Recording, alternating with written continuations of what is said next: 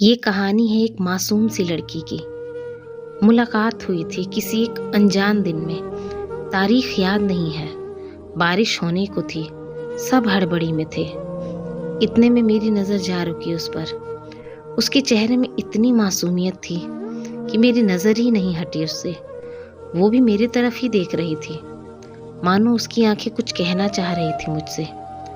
बहुत दर्द भरा हुआ था उन प्यारी सी आंखों में, मानो जैसे उसकी हसीन मुस्कुराहट ने कोई दर्द का चादर ओढ़ रखा था।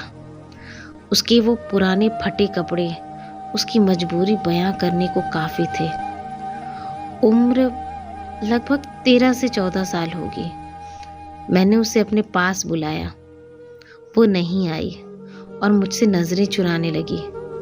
फिर मैं उसके पास गया जहाँ वो खड़ी थी अपने 3 से 4 साल के भाई के साथ। मेरे पास जाने से वो सहम सी गई। मैंने उससे पूछा, बेटी तुम्हारे माँ बाप कहाँ हैं? और बारिश होने वाली है, तुम इधर क्यों खड़े हो? उसने कुछ जवाब नहीं दिया। फिर मेरे दोबारा पूछने से वो कुछ इशारों में मुझे समझाने लगी। उसके इशारों से मैं समझ गया कि उसके माँ बाप अब इस दुनिया में नहीं हैं। वो उसके भाई के साथ रात को यहाँ बाजार में ही किसी दुकान में ठहर जाती है। मेरी आंखें नम हो आई उसकी बातें सुन के। कुछ और बोल नहीं सका मैं और घर चला आया।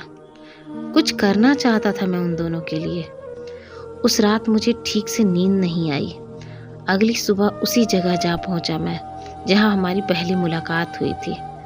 वो मिली ज़मीन पर लेटी हुई, उसकी मासूमियत के साथ उसके फटे कपड़े और भी फटे हुए थे।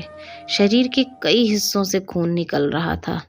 डर और दर्द का कुछ अलग ही अभिव्यक्ति थी उस मासूम चेहरे पर। बगल में बैठा उसका छोटा भाई उसे जगाने की कोशिश कर रहा था और भरे बाजार में लोग